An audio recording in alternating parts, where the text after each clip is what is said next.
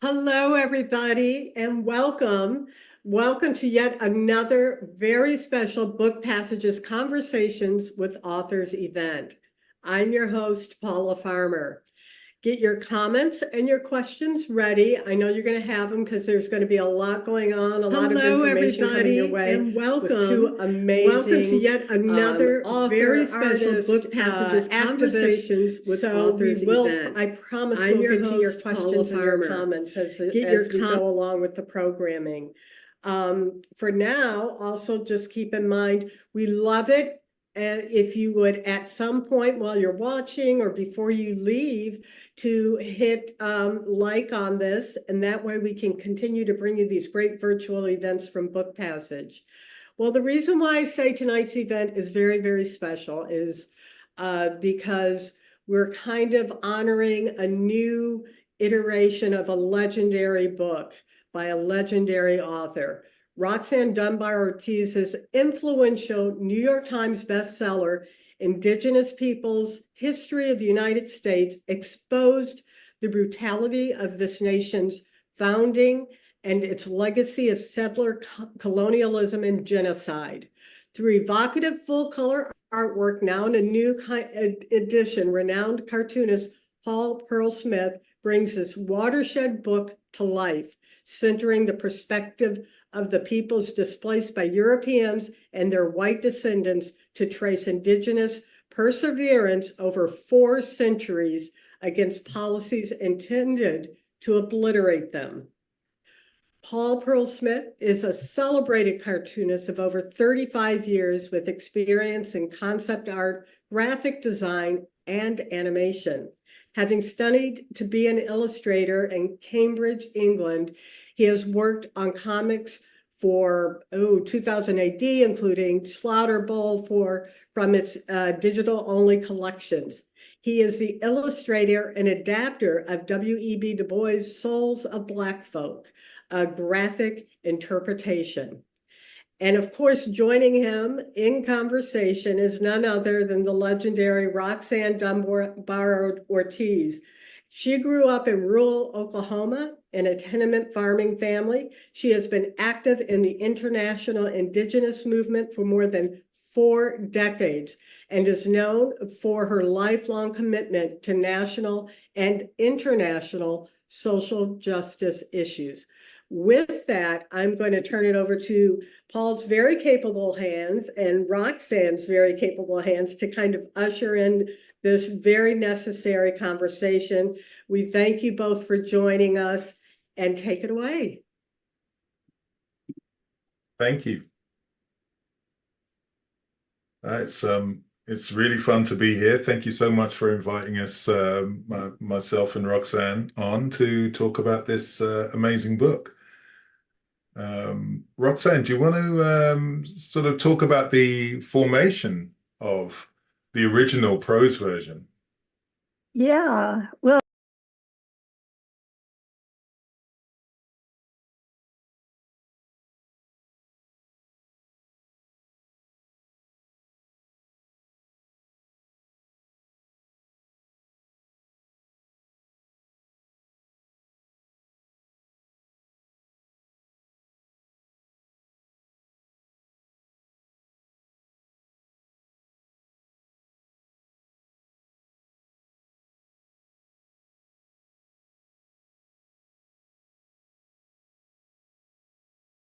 of books, and this one had to be not academic. You know, I'm trained in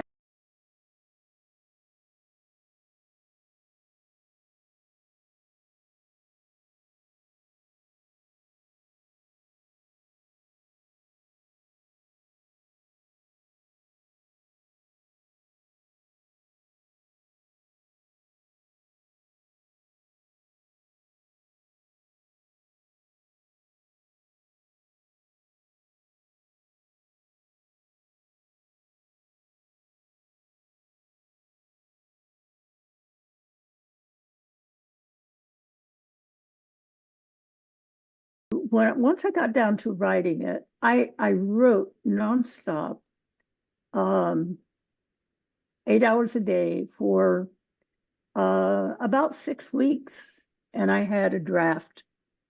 However, it's supposed to be no more than 80,000 words, and it was about 200,000 words. So we chopped away at that. My editor, she was just an amazing editor. And she shaped it in ways that were just Used to having a rock and roll just band behind wonderful. me when I have a editors, microphone. Good Was about editors. 200,000 words. I think every writer should So have a good editor. we chopped away at that. And, My editor, and they're almost always right. An amazing editor. You fight for your little And your she precious shaped it little in words, and they're almost always right. So it came out in 2014. And I think we all, at Beacon, they have a lot of mid-shelf books. They don't. They're a very dedicated press. I think they were founded as an anti-slavery press back in 1850, and it's a Unitarian church. Is the owns the Beacon Press. And so it's very ethical, and we expected it to be used in classrooms and all. And for some reason or other, it just took off. It just took off, and I started getting invitations to speak everywhere. And it was about 3 years, well, more than that. It was up to the pandemic, that I was traveling constantly all over the country speaking, and the book just sold and sold, printing after printing. I have no idea how many printings now, and then it got on the bestseller list at the New York Times, and so it's just it's just a really it's kind of a I like it's something other than me. I look at it and I say, how did I do that? Because I wrote a book after that for Beacon, Not a Nation of Immigrants, and it hasn't taken off like that. So I think it just found so many readers and so many teachers, school boards, the Central Valley educational, they serve the Central Valley of New Mexico. Their entire, I think it's 30,000 students. Professors, schools, that were involved. They bought books for every single student in that district, 40,000 books. And so it's kind of a magical book. And then you add to it this magic of art, expressing it just exactly. Capturing, we don't even know each other. We hadn't even met in person, or I gave it over. I gave you and, Paul Buell, who kind of initiated all this, who's also a historian. And I said, I know nothing about graphic novels. I kind of disapprove of them. How can you make a graphic novel out of such serious stuff? So it's just really been magic to see it. I really think it's better than the original. Well, what you choose, you pick out just exactly the main points of the book, and I guess that's the genius of graphic novels. Is to be able to do that. Yeah, it was an incredible project to work on, and I'm so grateful for the opportunity. But it was a very big project, and I'd like to actually circle around to your reservations about graphic novels a bit later, actually.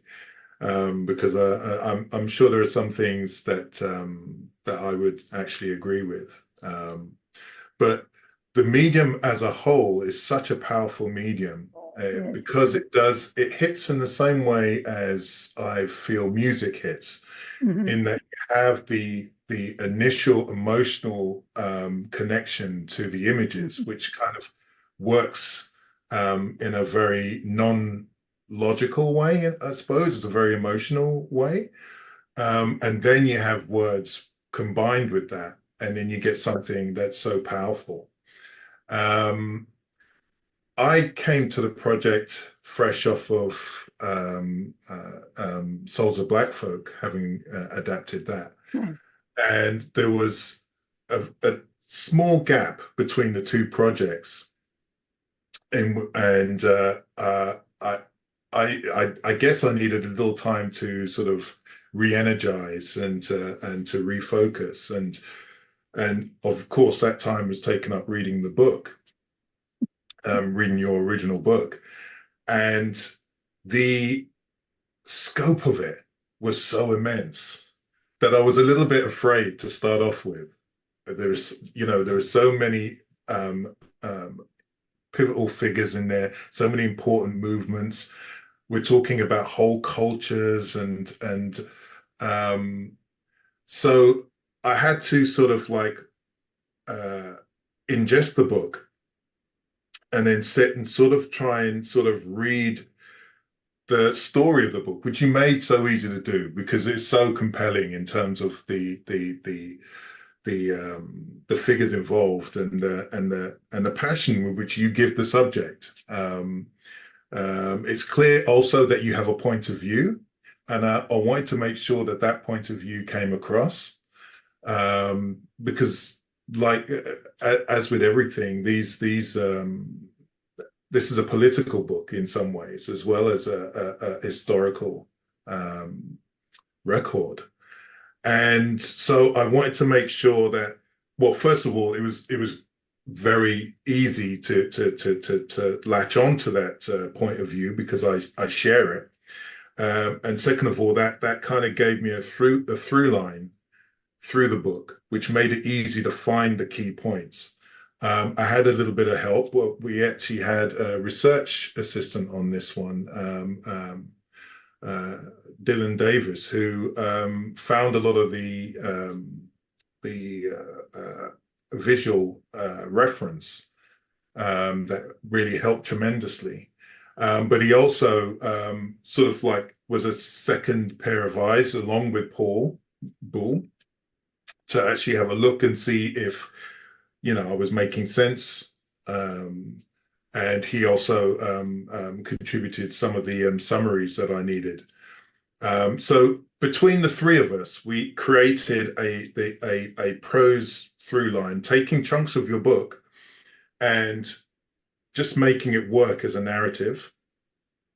And then I took that and I created a thumbnail, which is like a rough version of the book, so I could get an overall feel of the visuals that will be needed and to see if that was working along with the words. And it was an incredible project because I actually trained as an illustrator, and comics has always been my passion. But I found it hard to find dedicated teaching for comics when I was growing up. And so I did illustration, I did some fine art, graphic design, and all of those things kind of like informed my approach to this book. Actually, it was a lot of skills that I had taken on especially in the illustration. I hadn't really used that much because comics is much more, what's the word? It's kind of moment to moment action in a lot of the stuff that I was doing. So I had to now sort of like go back to those skills of taking prose and taking ideas and themes and finding a visual metaphor for those larger themes.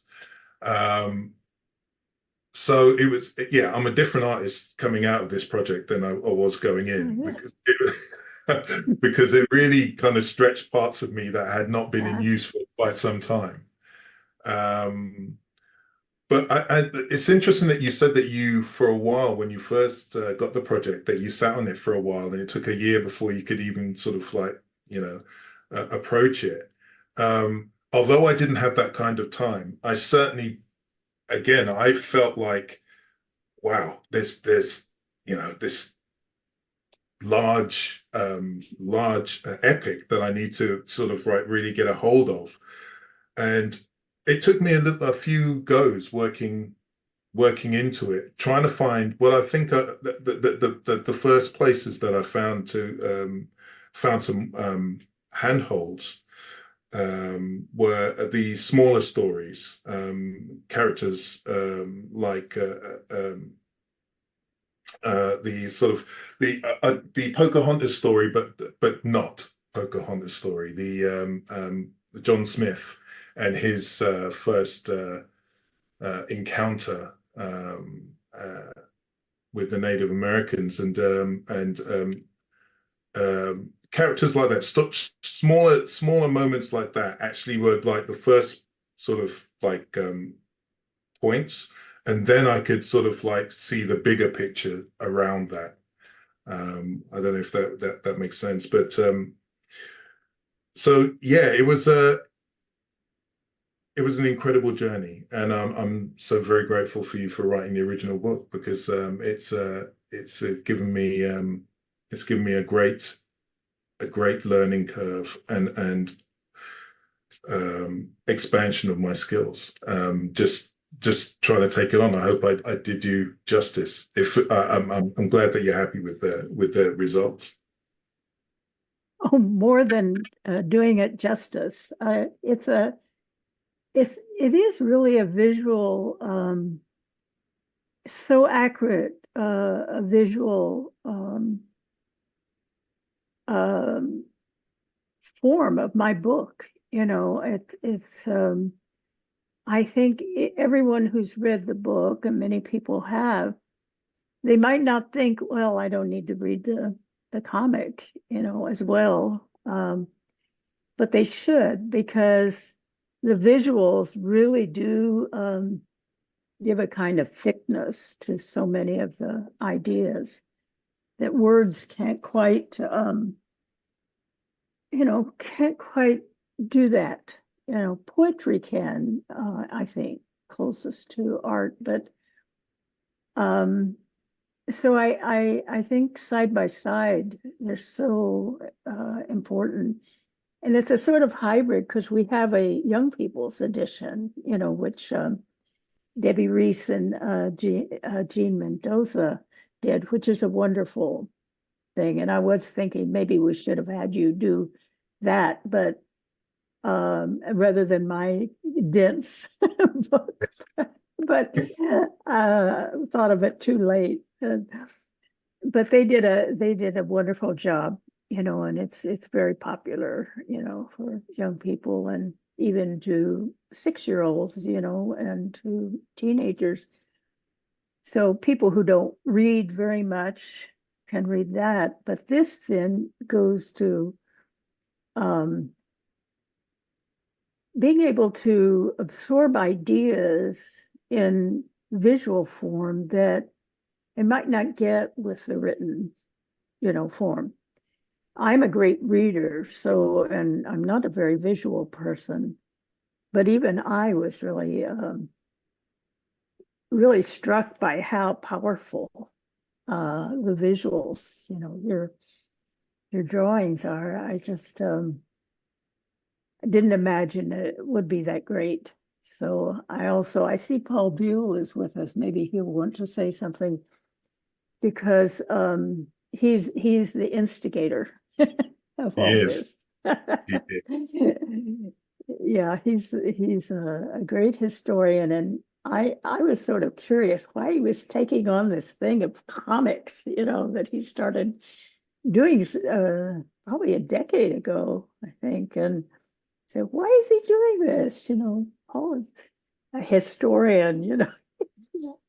So now I know, you know, yeah, so it is a really, I hope it gets to, you know, corners of the population that that the book didn't, and then maybe people will pick up the book as well, you know, as sort of intersects with each other. But the visuals are really really just so powerful. And Beacon did such a beautiful job of designing, you know, the just the format of the book itself, you know, publishing Yes, it. yeah. It's wonderful to hold it in hand. I don't have it here because I have it up there so people can see it in my but it's just really feels good to even touch it. Yeah. It's it's an incredible production job that they've done on that, and it's this beautiful hardcover. Yeah.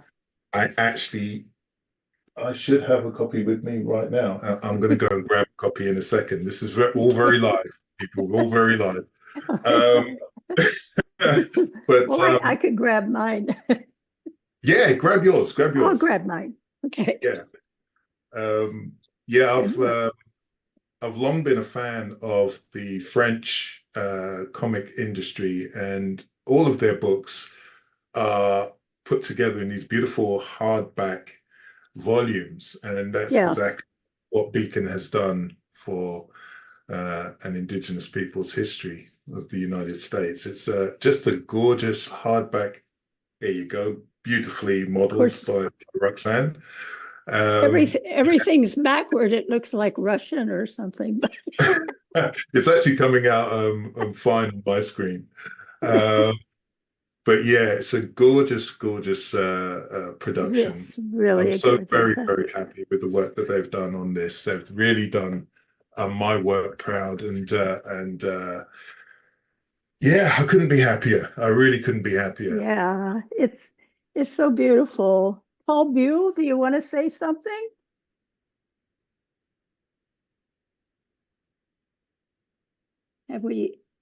He's not responding.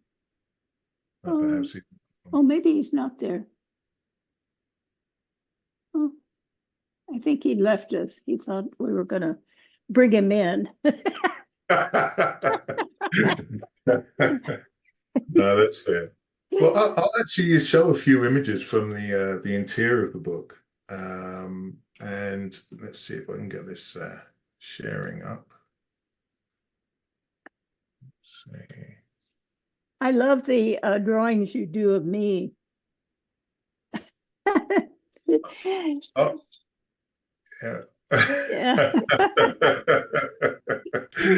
Yeah, it was yeah, I'm glad you're happy. I'm really glad you're happy, because obviously I had to. And that one, I really like that. We never met before. No, exactly.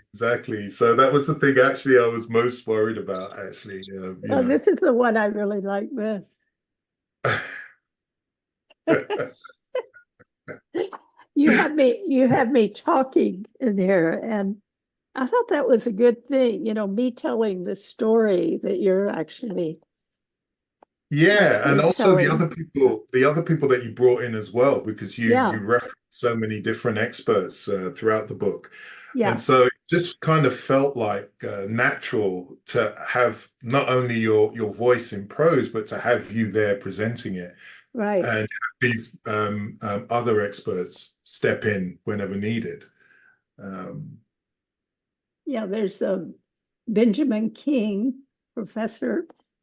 Some of these historians that you have in here will be surprised that that they're featured in the book. Right. I refer to this. Oh, I'm in a comic book.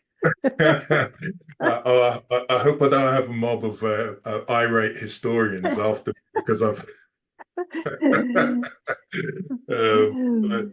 Yeah, no, it's there was so much so many different types of reference to look at and to try and get a feel for. I'm really happy that I had a research assistant because he was able to go to museums across the States and find the artifacts and do photographs of these objects, so I could see them much more in the round rather than Yeah. sort of like static internet picture.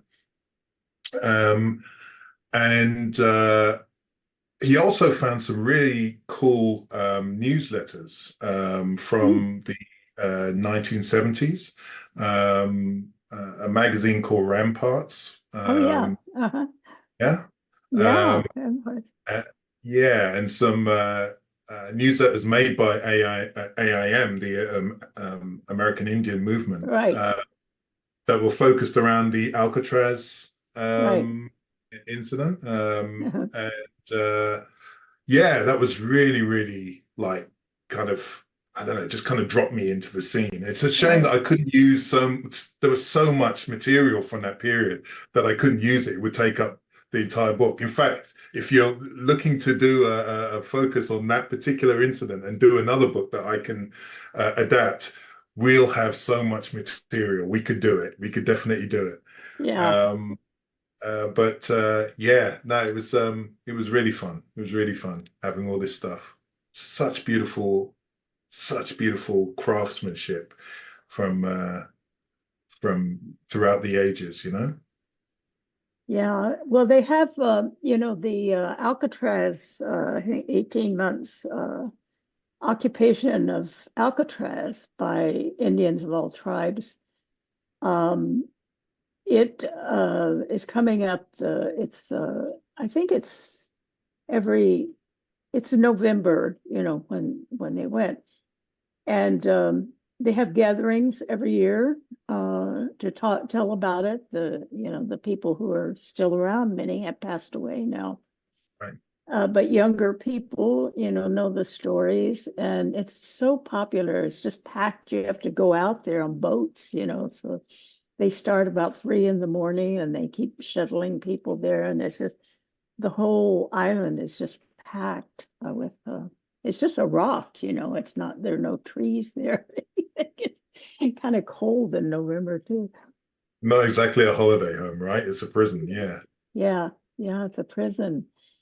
And so that was really the, AIM didn't organize that. They had just been founded that year, the year before, and Right. were just pretty much just in South Dakota at the time, in Oklahoma. And but it did really then inspired them, kind of a guidance about what do we do with this, and Alcatraz was really students, Native students at UC Berkeley. There were only a few, and California Indians, from up north.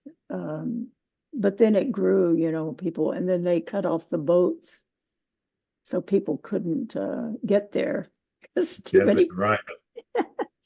By the time I got out here, they had closed it off and we weren't able to go out because they weren't allowing any. They'd let you leave, but they wouldn't let you, new people come in. Yeah. Was that one of the key events that really focused your mind about this issue? Yeah, I was living in Louisiana then, organizing. I was, a organizer all over the country and women's liberation and anti-Vietnam War. This is the height of the Vietnam War, 68, the terrible genocide of the peasants. And so there was the movement was, in general, movements were just huge then, huge demonstrations and all.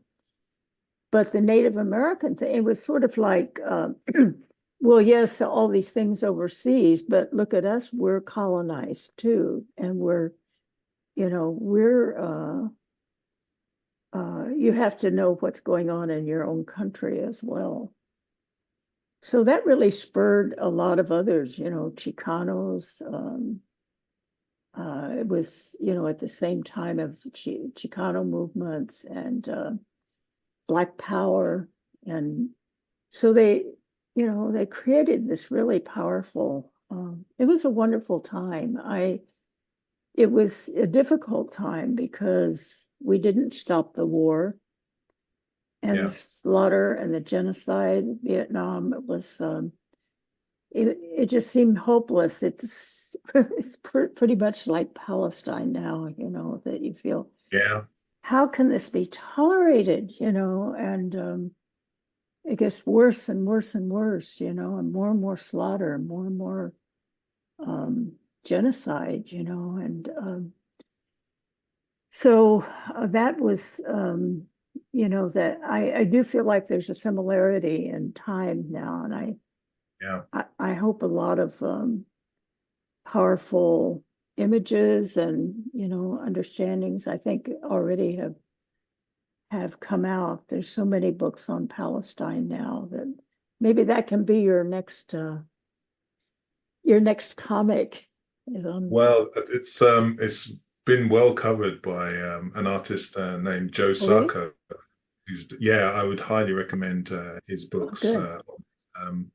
Palestine is the name of the first one, and Notes from Gaza, I believe, is the second one.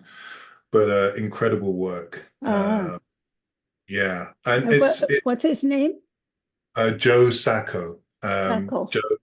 Sacco, spelled Sacco. Right, like Sacco and Vanzetti. I don't know the character, but the person. You don't know who Sacco and Vanzetti? No, I don't. Well, they were Italian anarchists who were killed, put to death by the United States. They were in the they were immigrants, and they're heroes. Wow. Okay. Yeah. Well, he's definitely in that mold of sort of like truth to power. But he also he went to he's also done work in the Goradze and the Balkan Wars that were happening in the early 2000s. He actually goes to these places. He's been to Gaza and he talks to people, and he's relating his real experiences in the area. Highly recommend the work. But I think, this is the power of comics right now.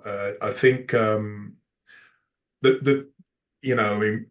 I truly believe that there's if you've got a really strong message, then the medium, you can be flexible in the mediums that you impart that message to people, because everyone is different. Everybody needs to be spoken to in a different way, that suits their own nature. So for some people, it will be books. For some people, it will be graphic novels. For some people, it will be the audio books. And this is this is the world that we live in. I think that sometimes prose has a kind of a mystique about it for some people. Not enough people read. My life has been so enhanced by reading more prose. I went through a period of time where I didn't read so much, and I can tell the mental difference, that's for sure. But for some people, it's just difficult for time reasons or whatever those reasons are. And for some people, it just doesn't vibe with them. So the graphic novel is a way of communicating to people who need to have that kind of visceral relationship, as well as an intellectual relationship with the information. I think you'll find that Joe Sacco's work will will sit as a powerful sort of like a sister project almost to the work that we've done in this book.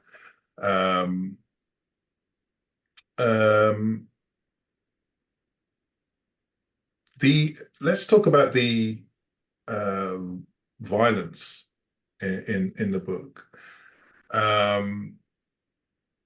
For me, it was a real challenge to try and pitch it so that it is accessible to as many people, but doesn't soft soap or hide the events that took place.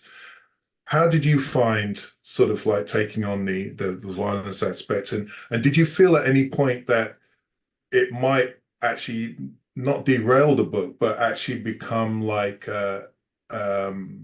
take focus away from other things that you wanted to say about that whole series of events? Yeah, I definitely wanted so many books about Native people by non-Native authors, which most of them are, is sort of like Lo the Poor Indian. They're losers. They're constantly getting killed. They're reduced from 10 million people when the settlers came down to 10,000, a genocide. And I wanted the book to be one on resistance, to have the power of resistance, that they never stopped resisting. Yeah. And I think that's why it is so popular. I think it's especially, well, with Native people, so many teachers, are using it at every level, and I didn't want it to be just a bloodbath, that how horrible the people were, but to put it in terms of, well, in a way, how, just how colonialism and capitalism work,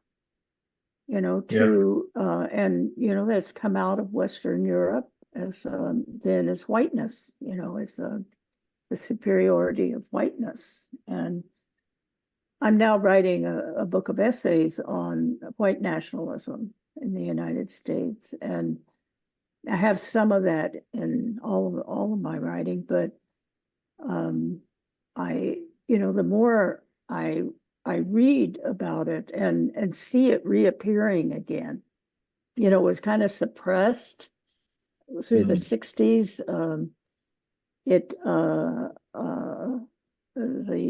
The white people kind of, I saw them as sort of going into, some animals do in the winter, they go into the cave and disappear and try to keep their head because the movements were so powerful, from the 60s and all. But boy, are we ever getting the backlash now, fighting back, of whiteness is, is beautiful again. And Trump is the kind of avatar, of that, but it was already starting. And I think it was kind of a surprise in some ways that ethnic studies, the studies of, I helped build an ethnic studies department at my university, at Cal State University, East Bay, and these were being built all over the country, and now they're, like in Florida, actually undoing them, doing away with them, not defunding them. And I think that will happen in other places. So we are in a backlash now that Trumpism represents. Yeah. And I listen to talk radio every morning, the national, what's it called, National Journal or something. It's just a call-in show, on our C-SPAN network. And there are so many white people who call in and say how discriminated against they are. They're discriminated against. And these Black people and all these people and these immigrants and, Haitians. Yes,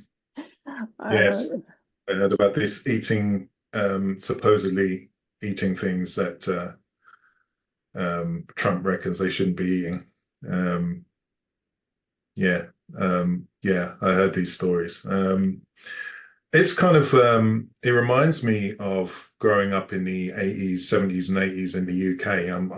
I'm here living in sunny Tasmania now, but I grew up in London, and in the 80s there was this similar unease in the air, where sort of years of racial integration seemed to be fraying at the edges because those people who had come in discovered their voice. For the first few decades, since the Windrush in the UK, we had a recruitment drive. The Empire sent out a request for subjects from various parts of the Commonwealth to come into the UK and help rebuild its economy and rebuild its services after the war, after World War II. And a series of ships led by the Windrush, the first one, came in and brought immigrants from the West Indies, including my parents. Right. So for the first sort of like 10, 20 years of being in the UK, people mostly kept their heads down and sort of like tried to integrate and fit in and find jobs and that sort of thing. That takes up a lot of time, finding places to live, when, there was let's say, some resistance to actually having immigrants come in. And over time, they gradually got stronger, embedded themselves, and became, vital to the running of the country, and as a result, found their own voices. And there was a backlash against that. Well, you people are supposed to come here and help us out. You're not supposed to start talking about your own rights and discrimination and all that sort of thing. And in the 80s, when in the early 80s, late 70s, early 80s, when the country had been through a recession, there was an unease everywhere. When people feel insecure, they look for scapegoats, of course. And I think we're going through a period of that now. That general insecurity about the state of all our nations and the West in general. I mean, everything now seems to be a bit of an indictment, really. The attitudes to things that are happening, like the war in Russia and the Russian and Ukraine war, what's happening in Gaza now. It's not a good look for the West, and I think a lot of people, along with the economic problems, just feel unhappy, and they need to find something to rebel against. So I think we're just going to need to ride through this. I think we're going to come through this the other end. If we don't blow ourselves up, we'll come through this and find a bit more equilibrium again.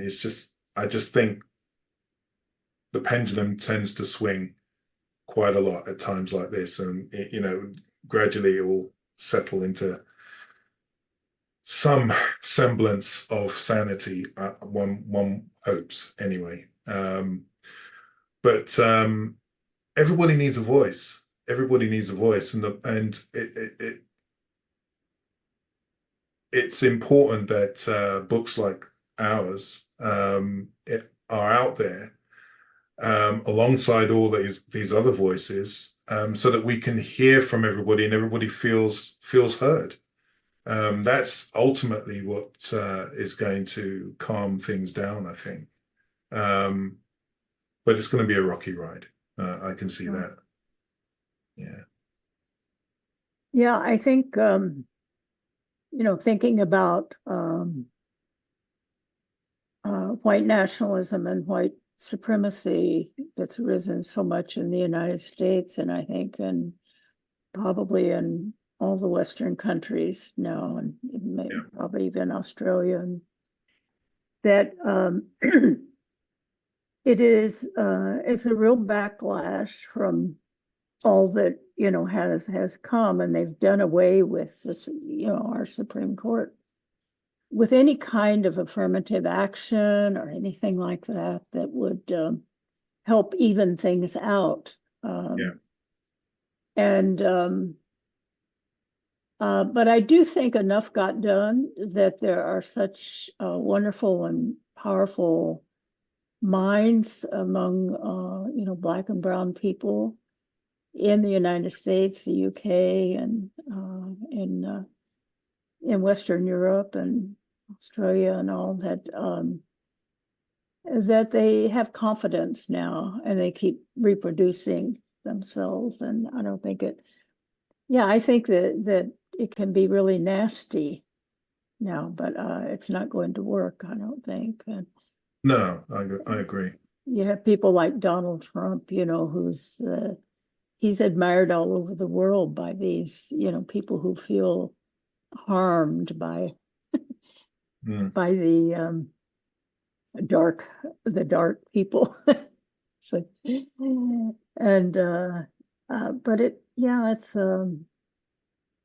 an interesting times that I have to say that I didn't expect exactly. I mean, it's gone very awry, and it is very dangerous.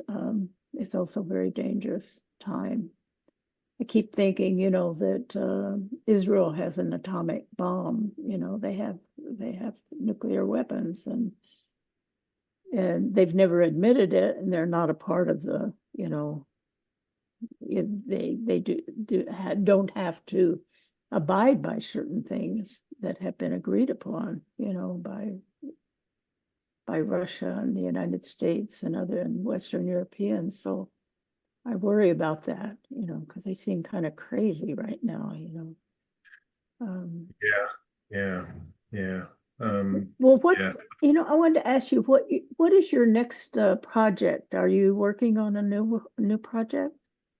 I am, yeah. I'm going to be working on another non-controversial project, the life of Malcolm X. Oh boy!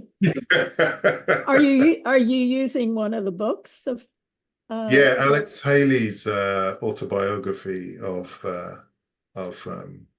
Malcolm X, which is a fantastic book. Yeah. And also some additional material centered around his mother, who grew up in Grenada. That's right, yeah. And his father as well. Though little is known about him, his sad end also has mirrors Malcolm's end. So we're going to be trying to bring in a few different elements that have not been focused upon before. And talk about his philosophy and his kind of journey. It's kind of like a series of opening petals on a rose. It's just he has these moments of awakening which get wider and wider as we go through his life, which is fascinating to me. He's an amazing person. Yeah, I think that'll be really great, Did you read Manny Marable's book on his biography? No, I haven't. No, I haven't. He's an African American historian. He passed away, but right when his book was published, he had I don't know, some kind of quick disease. He wasn't that old. But it was a little controversial because he brought up some things about homosexuality. So Oh, right. can't have Malcolm, messing around. Yeah. Well, from Haley's book, he certainly had an adventurous life before he came to Yes, Mexico, that's for he did. sure. He did. Yeah. Yeah, It's that's what I loved his book, because he said, I came from this. I was a cocaine, a drug addict, all these things, and it inspired so many. It changed my life when I read it, when it came out. It was a lodestone. I'll really look forward to your comment. oh, thank you. Thank you. I see Paula maybe is back to tell us to shut up. No, not to shut up, but never, never, never. Actually, I wanted to make sure that you saw that we do have some audience questions, and I Oh, thought good. if you want, yeah, I can jump in and give those to you, because they're coming for both of you. So I'm gonna just start throwing some of these out to you. The first one comes from Libby, and she is asking, Paul, are you familiar with the book by Mark? Oh, who is that? Mark Dorr? Mark Dorr, The Inward of God. No, I'm not familiar with that book. Yeah, not either. But it sounds like something I should be. I know, yeah, it sounds interesting just by the title. Yeah. Yeah. Okay, well, I'll research that. Callie asked, is there another form? I think this is for you, Roxanne.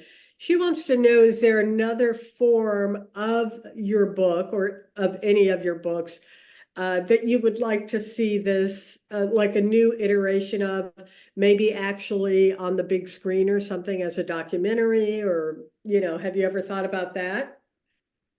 Well, it was used for a documentary. It was a 4-part HBO series by Raoul Peck that was 3 years ago, on HBO, and it showed in theaters as well. And I worked with him.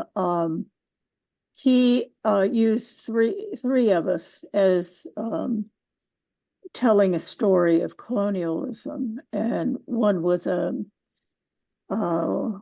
Haitian scholar, and another a Swedish man who wrote "Exterminate All the Brutes," a wonderful book, and that's what Raoul's 4-part series is about, and I really recommend that. I wasn't in it, but he, paid tribute to me as one of the other 2 books. The authors died. Both of them died, and I was the only one left, to do all these events with him. So, but it was a great experience working. It's sort of like Paul, doing comics. I had never worked with a film script before. It's completely new to me, and I can't say that I really got it. And he kept trying to teach me how to. But he says you take 200 words in your book and take it down to five words. That's what a movie does. How do I do that? Because I I had to tell all these details and everything, but you have to know that this is being then also shown, So I learned to write a script and or help write a script. And yeah, that was really an amazing experience. Oh, good. Yeah, I was unaware of that. So probably myself, along with a lot of people watching this either live or later, will probably look into that. That Yeah. sounds Interesting. Thanks. It's still up on Max. Oh, they call it Max now, HBO. You know, you can still online Get it. watch it. Yeah. Great. Well, the next one is for you, Paul. Greg asked, how did you get into doing illustrations and graphic novels? And also want to know, is there a book that you haven't done as a graphic novel or are not working on, like coming up that you mentioned that you would like to do, like maybe like your fantasy list of a book you would like to work into to create as a graphic novel? I got into comics as a young kid, reading adventure comics. When I was very young, I was ill, and my mother came in, brought me some comics to spend some time, and that was it. I was hooked. And I always wanted to be a cartoonist. But as I said earlier, it was difficult to find the training for that. And most people I knew were self-taught, and I didn't find a mentor that could sort of like speed up my progression. So I went off and I went to college, did a bunch of different things. When I came back, I managed to get some work on a magazine called 2000 AD, which is a sci-fi magazine, sort of the flagship weekly magazine in the UK at the time, and started from there, drawing adventure stuff and Judge Dredd and that sort of thing. And my career sort of developed with different genres of stories. I did some work for kids. I did some work for myself, which actually led to doing Souls of Black Folk. So yeah, it's been 35 years. Blimey, 35 years of comic art making. In terms of future projects, I actually have a particular project I really want to do, which is I want to take on the story of e-waste and what happens when we discard our old computers, our old electronic devices, and they end up on these vast piles in places like Indonesia and parts of Africa, and they have these young kids who are like picking through all these discarded electronic pieces, and they're trying to pull out all these the minerals and stuff that it's precious stuff that we use to create this technology, and it's a real scandal, actually, and it's also just a tragic story, basically, because obviously it's leading to a lot of unrest, especially right now in the Congo. There's a lot of extermination, mass migration being caused by our need for these minerals like coltan, cobalt. So yeah, I'd like to take that on. Another non-controversial, tiny project. And I've already been making notes and looking into, picking up information so that I know more about it before I really get deep into it. But that would be the next thing that I really want to do, next big thing. Yeah, it definitely seems timely and necessary. I'm kind of curious, since you two are, hadn't met ahead of time, ahead of this project, how did you, in the process of putting this book together and illustrating and writing, and were you collaborating, or was it like, Paul, you did your thing and then later on Roxanne just kind of looked it over and approved, or how did that work? When it was proposed to me, Paul Buell was the historian whom I've known for 40 years. He proposed it as an idea, and Beacon Press has never done something like this before, and but they thought it was a good idea. It was interesting, and asked me, and I said I want them, I wanted Paul to do it, interpret it, because I'm not very visual, that I entrust him because of Paul Buell, who, and I looked at some of the other work and all, and I said, I don't want to have anything to do with it, and I don't want any money from it. I want it to go to the artist. And so my editor said, are you sure about that? I said, yes. I want, it is really Paul's work. It's a whole nother thing, and he deserves, all the credit for it. No, thank you. Thank you. Yeah, I was amazed at the amount of freedom that I had on this. Because it's a big responsibility to get it right. So yeah, I'm so glad that I had Paul Bull, and I also had Dylan to help me along the way, and that Roxanne is pleased with the results. But yeah, it was pretty much, I had to, it was in my hands to do. So yeah, there was no communication during the project. Oh, wow. Well, very capable hands. And I could see, Roxanne, why you would completely trust him. Yes.